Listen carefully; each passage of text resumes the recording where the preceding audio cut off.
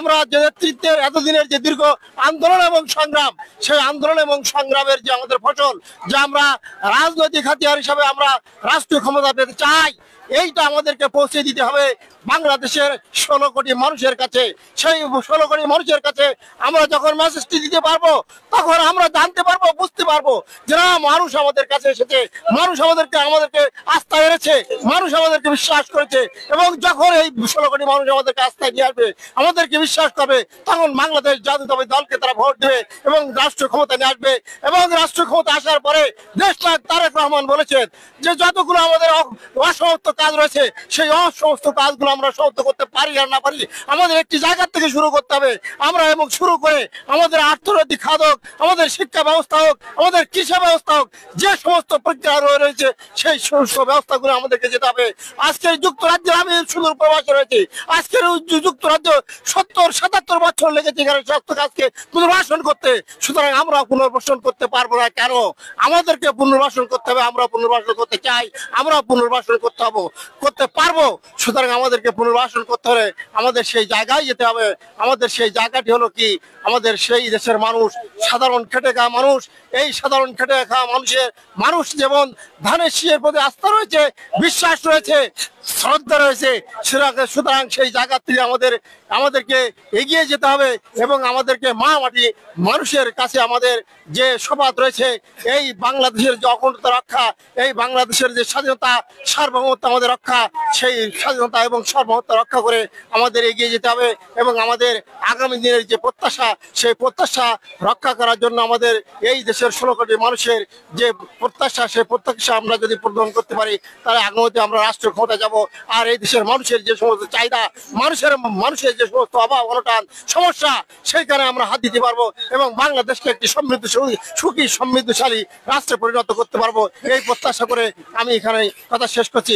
সকলকে অসংখ্য ধন্যবাদ। আল্লাহ হাফেজ। বাংলাদেশ জিন্দাবাদ। শহীদ অমরক খালেদা জিয়া জিন্দাবাদ। তারেক রহমান জিন্দাবাদ।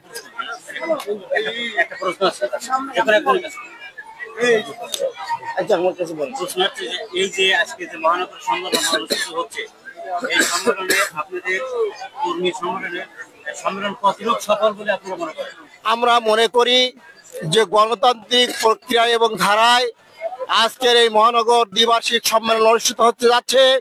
আজকের এই যে মহানগর সম্মেলনটি দীর্ঘ 16 বছর পরে হচ্ছে, যদিও তথাপিও আজকের যে গণতান্ত্রিক ধারা, সেই গণতান্ত্রিক ধারার পুনরুদ্ধার আজকের এই দীর্ঘ 17 বছর 16 বছরের যে ফ্যাসিস্ট আওয়ামী সরকার বাংলাদেশের যে নির্বাচন ব্যবস্থা, সমস্ত নির্বাচন ব্যবস্থা ধ্বংস করেছিল।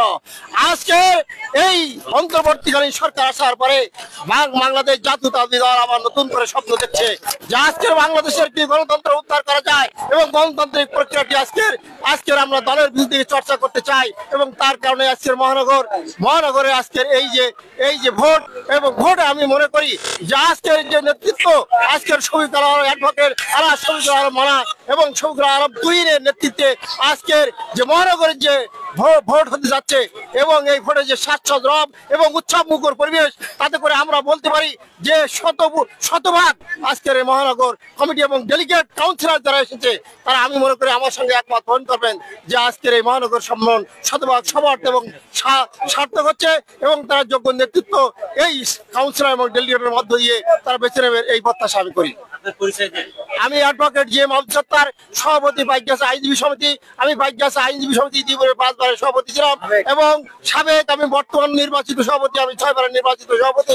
এবং আমি যখন দুঃসময় আওয়ামী লীগের দুঃসময়, ফ্যাসিস্ট আওয়ামী লীগের দুঃসময় 15 সালে আমি জীবন বাজি রেখে ধানের শীষ প্রতীক তারেক রহমানের নেতৃত্বে আমি এই ধানের শীষ পেয়েছিলাম এবং ধানের শীষ প্রতীক নিয়ে আমি নির্বাচন করেছিলাম। সেদিন ভোট বিপ্লব ঘটেছিল, ধানের শীষের ভোট বিপ্লব ঘটেছিল।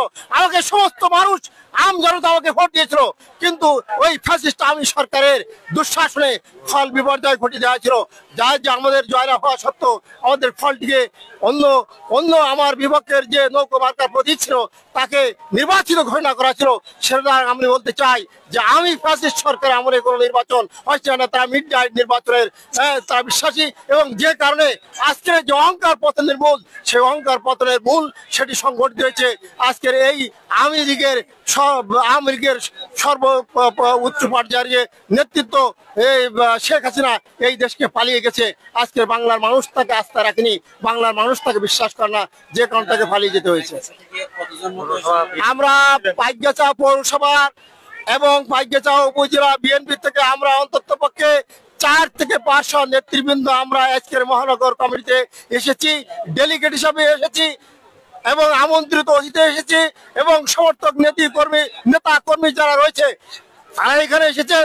তারা মহানগর কমিটিতে তারা এখানে আমাদের আলহাজ অ্যাডভোকেট শফিকুল আলম মোনাকে, তারা দীর্ঘদিনের একটি পরীক্ষিত নেতা, তারা চায় যে এই নেতা আবার যেভাবে এই মহানগরকে চালিয়েছে, তিনি একসময় খুলনা জেলা বিএনপির সংগ্রামী সভাপতি ছিলেন এবং তিনি সংগ্রামী সভাপতির দায়িত্ব পালন করেছেন এবং তিনি সমস্ত জায়গায় সাকসেস হয়েছেন।